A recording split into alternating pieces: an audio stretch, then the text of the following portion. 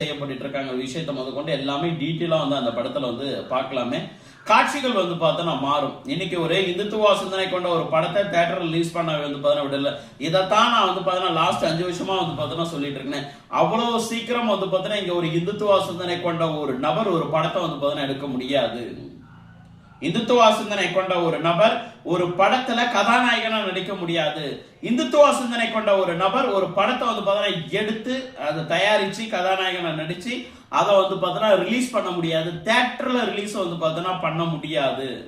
இதுதான் வந்து பார்த்தீங்கன்னா ஒரு கிரேட் எக்ஸாம்பிள். இதைத்தான் நான் லாஸ்ட் வந்து பார்த்தீங்கன்னா ஒரு 5 வருஷமா சொல்லிட்டு வந்து பார்த்தீங்கன்னா இருக்கேன். கட்டாயம் இந்த நிலைமை வந்து பார்த்தீங்கன்னா மாறியே தீரும். ஒண்ணு. ரெண்டாவது வந்து பார்த்தீங்கன்னா இருக்கக்கூடிய மிக முக்கியமான ஒரு விஷயங்கள், கிட்டத்தட்ட 1 கோடி போலி வாக்காளர்களை வந்து பார்த்தீங்கன்னா நீக்கியிருக்காங்க. 1 கோடி போலி வாக்காளர்கள் தமிழ்நாட்டில் இந்த சார் படிவம் வந்து பார்த்தீங்கன்னா இந்த எஸ்ஐஆர் படிவம் வந்து பார்த்தீங்கன்னா கொடுத்ததுக்கு அப்புறம் போலி வாக்காளர்கள் நீக்கப்பட்டிருக்காங்க. ஆனா என்னன்னா இந்த மீடியால இருந்து எல்லாம் எதிர்கட்சியில இருந்து எல்லாம் சொல்றது என்னன்னா வாக்காளர்களை நீக்கிட்டாங்க, வாக்காளர்கள் நீக்கிறாங்க. எப்படி வாக்காளர்களை நீக்க முடியும்? அந்த சார் ஃபார்ம்லேயே தெளிவா வந்து பார்த்தோன்னா சொல்லியிருக்கு. உங்க பேர் என்ன, இதுக்கு முன்னால வந்து பார்த்தா நீங்க எந்த தொகுதியில ஓட்டு வந்து பார்த்தோன்னா போட்டீங்க, உங்க அப்பா பேர் என்ன, அவங்க எந்த தொகுதியில வந்து பார்த்தோன்னா ஓட்டு வந்து பார்த்தோன்னா போட்டாங்க, உங்க அம்மா பேர் என்ன, அவங்களுடைய அம்மா பேர் என்ன, அவங்களுடைய வந்து பார்த்தா அப்பா பேர் என்னன்றது எல்லாம் டீட்டெயிலா வந்து பார்த்தா கொடுத்துருக்கு. இதுல எப்படி வந்து பார்த்தோன்னா வாக்காளர்களை நீக்க முடியும்? போலி வாக்காளர்களை நீக்கிறதுக்கு வந்து பார்த்தீங்கன்னா இங்க இருக்கக்கூடிய இந்த போலியான அரசியல்வாதிகள் இந்த போலி வந்து பார்த்தோன்னா ஓட்டை வச்சுட்டு 1 கோடி ஓட்டு 1 கோடி ஓட்டு கிட்டத்தட்ட கால்குலேஷன் வந்து பார்த்தோன்னா பண்ணி பாருங்க. இவங்க எல்லாம் சொல்றாங்கல்ல எங்களுக்கு 1 கோடி தொண்டர்கள் இருக்காங்க, 2 கோடி தொண்டர்கள் இருக்கான்னு சொல்லிட்டு. தொண்டர்கள்லாம் வந்து பார்த்தோன்னா கிடையாது. இந்த டிஎம்கே வந்து பார்த்தோன்னா கவர்மெண்ட் சொல்லுதுங்கல்ல எனக்கு 1 கோடி தொண்டர்கள் இருக்காங்க, 2 கோடி தொண்டர்கள் இருக்காங்க. தொண்டர்கள்லாம் கிடையாது, போலி வாக்காளர்கள் வந்து பார்த்தோன்னா இருந்து வச்சுதான் 2021 ஜெயிச்சு வந்து பார்த்தோன்னா இருக்காங்களே.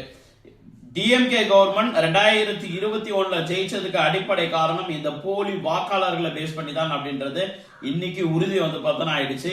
இப்ப 2026 வந்து பார்த்தோன்னா எப்படின்றது நீங்களே பார்த்துக்குங்க. நிச்சயமாக ஒரு மாற்றங்கள் வந்து பார்த்தோன்னா உருவாகும்.